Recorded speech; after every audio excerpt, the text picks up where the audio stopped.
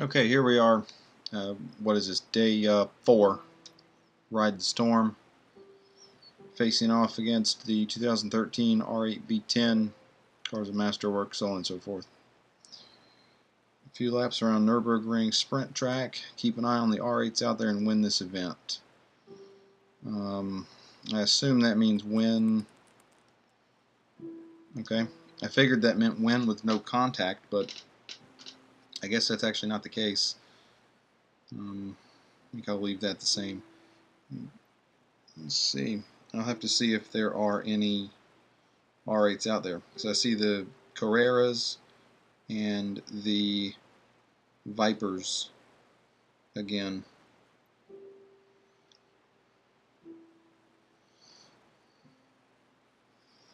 Oh, there they are, up here at the front. Okay, this is actually a very good car, this Audi.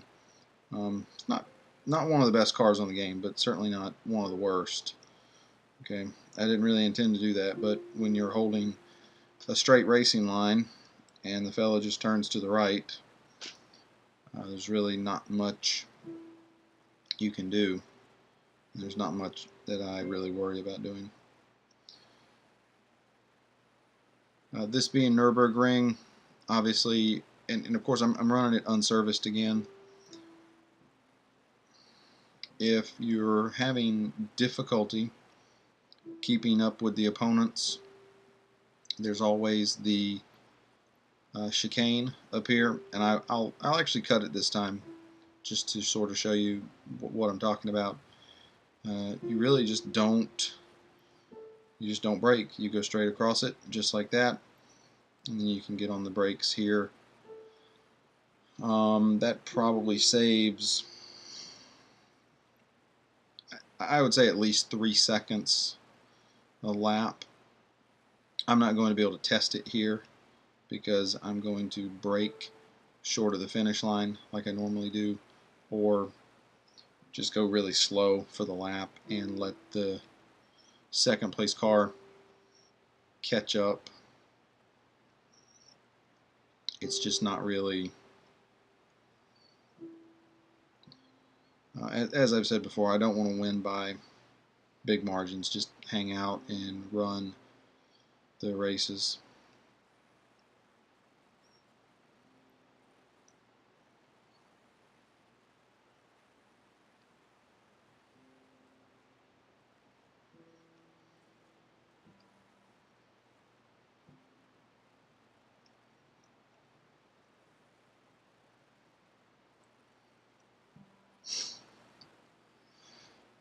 And obviously I'm going too fast. I back up to almost a 700-meter lead. So I will slow it down coming down this straightaway. Should be a good chance for the other car to make up significant distance.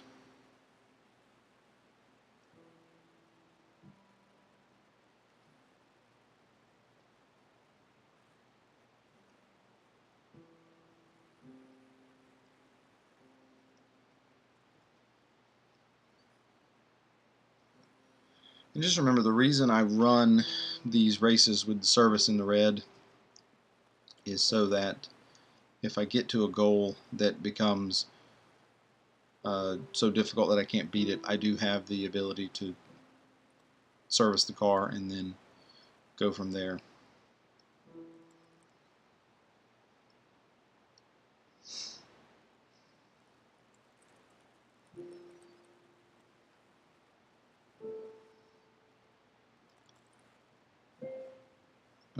Three events, you need to win one, so that is nice. I will do the autocross. I'm definitely not doing the Hunter event on the big track. That just doesn't make sense at all. I don't really know why anybody would do that one, unless you just really love Nürburgring and you don't actually have the car. I guess if you wanted to drive it as much as you could do that. That wouldn't be a terrible idea.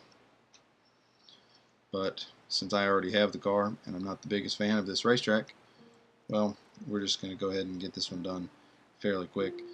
I do like the sprint circuit far more than I do the other course, so that's why I chose this one. And as usual, I'm going to get up here and, well, I actually messed around and didn't win that one.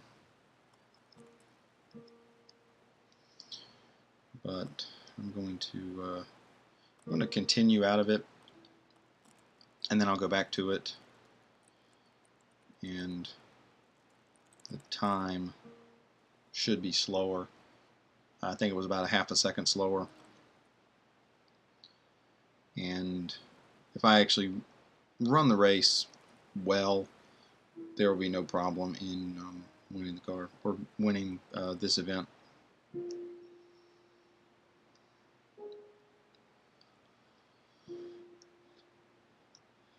Just certainly not an event you can mess around with, at least how I had run it. I could sit here and run it 15 or 20 times to try to slow the cars down, but I'm not. I don't have to. If it does get to the point that I have to do that, then I will, but it's not at that point right now.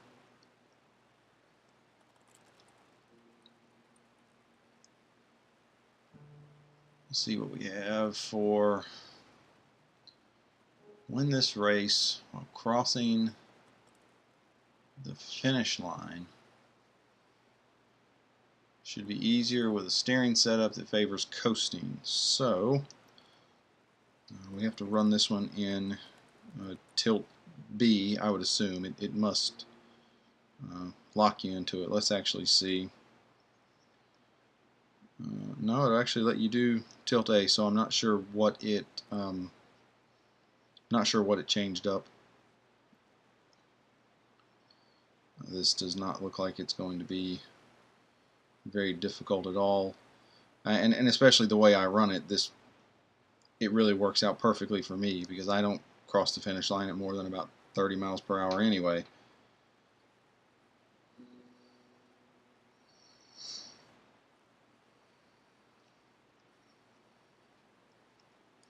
Hopefully I can run well and just end up running a good race and not have to have a little conversation with this other fellow in the race. Don't want to have to do that. But obviously we are in the business of winning, so if I have to, I'll throw him off in the grass somewhere. It's just how it is.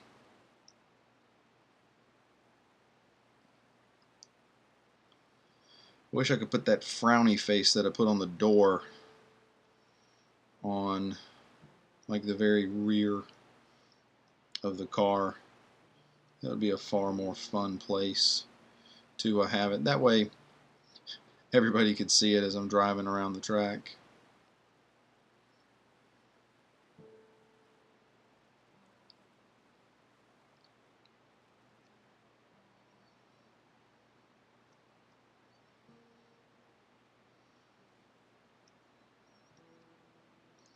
This is definitely not a bad car. Certainly not a very great one either, and especially for the price that it costs if you have to buy it normally. I think I got it on sale, and it was maybe 30% off. But if you have to buy it new, certainly, hopefully, if you're working through this series, you don't have to buy it new. I want to say it's something over 400. I might not be able to get slowed down enough. I almost forgot about everything I was trying to do, the goal and everything else, and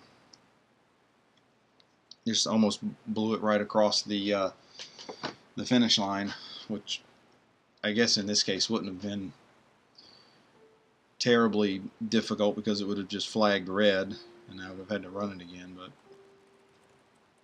not really what I want to have to do. Another endurance race, 5.3 miles, in the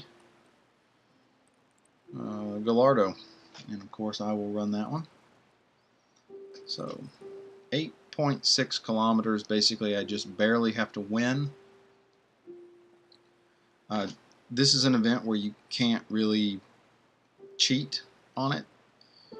You can stop as soon as you get to 8.6, which is certainly what I will do, but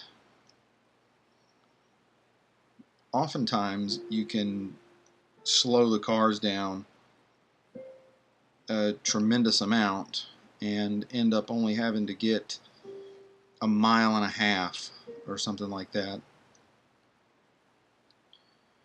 So you can't do that here. You actually have to go a specific distance. And I don't actually remember how long this track is. A few of the tracks on the game, I know how long they are, at least roughly. Certainly I know how long the NASCAR tracks are, but that's another matter. I don't actually know how long this one is. I would have to think 8.5 kilometers is somewhere close to 2 laps. Maybe not quite 2 laps, but somewhere fairly close to it.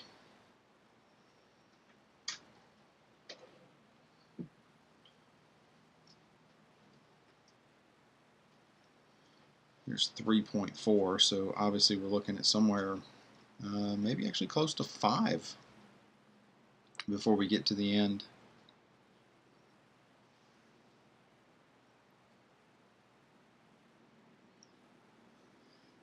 Yeah, it looks like right at 5.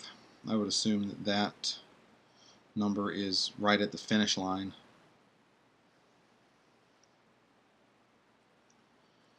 Although it may be a bit past it now since I ran off the track there.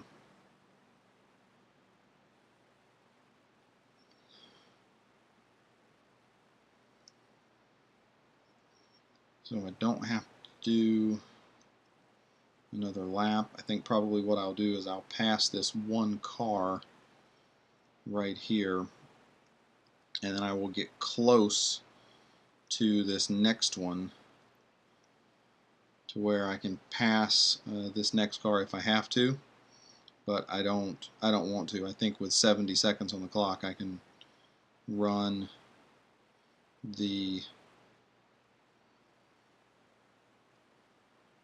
needed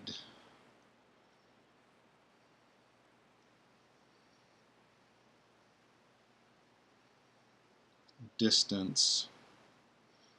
Sorry for the pause there right mid-sentence, but I'm actually trying to figure out if I need to pass this car or if I don't. I still don't actually think I do.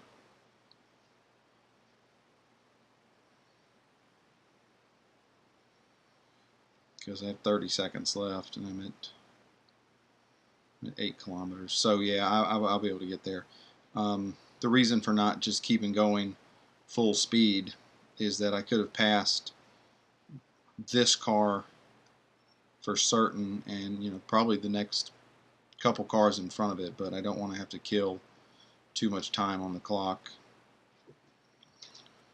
I'm not stopping because I only have just a couple seconds left on the clock, so I'll run out the extra half kilometer or whatever it amounts to.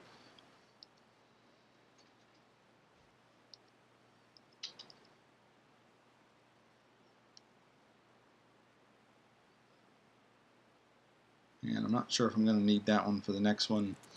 Not that it's a big deal one way or another. I can go in and service the car. Showdown with the R8 V10, win with an average speed of 94.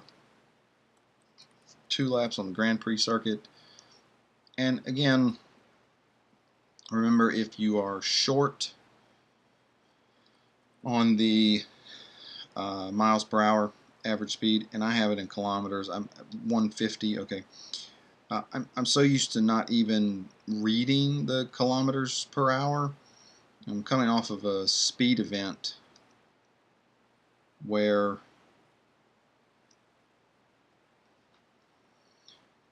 we had it set in kilometers because everything was working that way.